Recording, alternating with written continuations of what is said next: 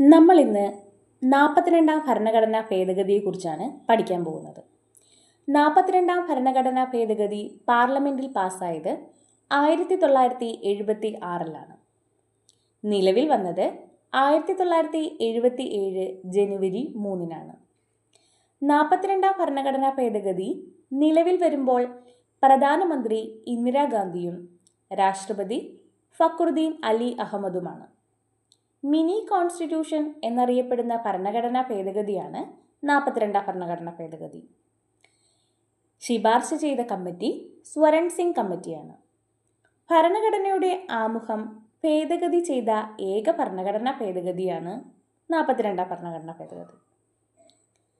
ഇതിലൂടെ ആമുഖത്തിനുണ്ടായ പ്രധാന മാറ്റങ്ങൾ പരമാധികാര ജനാധിപത്യ റിപ്പബ്ലിക് എന്നതിനു പകരം പരമാധികാര സ്ഥിതി സമത്വ മതേതര ജനാധിപത്യ റിപ്പബ്ലിക് എന്നായി മാറി.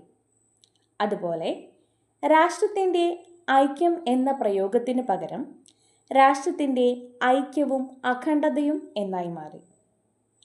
42ാം ഭരണഘടനാ ഭേദഗതിയിലൂടെ ആമുഖത്തിൽ കൂട്ടിച്ചേർത്ത പ്രധാന വാക്കുകളാണ് സ്ഥിതി സമത്വം, മതേതരത്വം, അഖണ്ഡത എന്നിവ. 42ാം ഭരണഘടനാ ഭേദഗതിയിലൂടെ കൂട്ടിച്ചേർത്ത ഭാഗങ്ങൾ 4A. അവ മൗലിക കടമകളെക്കുറിച്ച് പറയുന്നു. 10 മൗലിക കടമകളാണ് ഇതിലൂടെ കൂട്ടിച്ചേർത്തത്. Article 51A. ഭാഗം 14A-യിൽ ട്രൈബ്യൂണലുകളെക്കുറിച്ചാണ് പറയുന്നത്. അതിൽ ആർട്ടിക്കിൾ 323A എന്നത് അഡ്മിനിസ്ട്രേറ്റീവ് ട്രൈബ്യൂണലെക്കുറിച്ച് പറയുന്നു. കേന്ദ്ര, സംസ്ഥാന, തദ്ദേശ സ്വയംഭരണ സ്ഥാപനങ്ങളിൽ പൊതുനിയമനങ്ങളുടെയും ജീവനക്കാരുടെ സർവീസ് സംബന്ധമായ തർക്കങ്ങളുടെയും പരിഹാരത്തിന് വേണ്ടിയുള്ളതാണ് അഡ്മിനിസ്ട്രേറ്റീവ് ട്രൈബ്യൂണൽ. ആർട്ടിക്കിൾ 323B-യിൽ പറയുന്നത് മറ്റ് ആവശ്യങ്ങൾക്കായുള്ള ട്രൈബ്യൂണലുകളെക്കുറിച്ചാണ്, അതായത് നികുതി, ഭൂപരിഷ്കരണം മുതലായവ. 42ാം ഭരണഘടനാ ഭേദഗതിയിലൂടെ സ്റ്റേറ്റ് ലിസ്റ്റിൽ നിന്നും കൺകറന്റ് ലിസ്റ്റിലേക്ക് മാറ്റപ്പെട്ട വിഷയങ്ങളുടെ എണ്ണം 5ആണ്. അവ ഏതൊക്കെയാണെന്ന് നോക്കാം.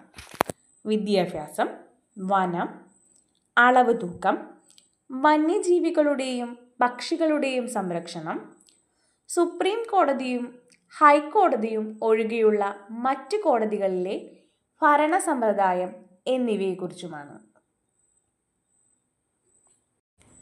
നിർദ്ദേശക തത്വങ്ങളിൽ 3 അനുച്ഛേദങ്ങൾ കൂടി 42ാം ഭരണഘടനാ ഭേദഗതിയിലൂടെ കൂട്ടിച്ചേർത്തിട്ടുണ്ട്.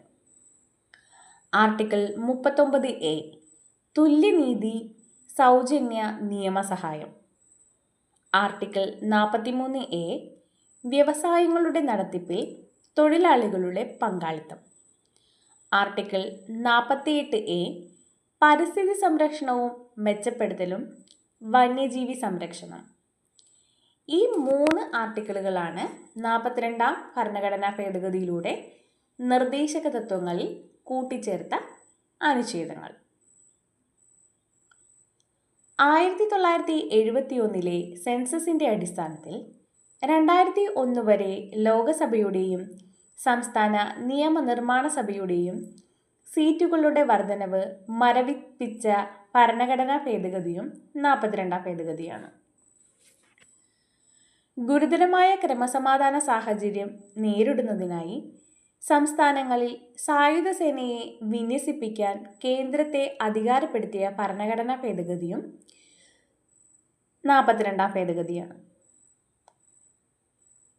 സുപ്രീം കോടതിയുടെയും ഹൈക്കോടതിയുടെയും അധികാരങ്ങൾ, അതായത് റിട്ട്, ജുഡീഷ്യൽ റിവ്യൂ എന്നിവ, അവ വെട്ടിച്ചുരുക്കിയ ഭരണഘടനാ ഭേദഗതിയും 42ാം ഭരണഘടനാ ഭേദഗതി തന്നെയാണ്.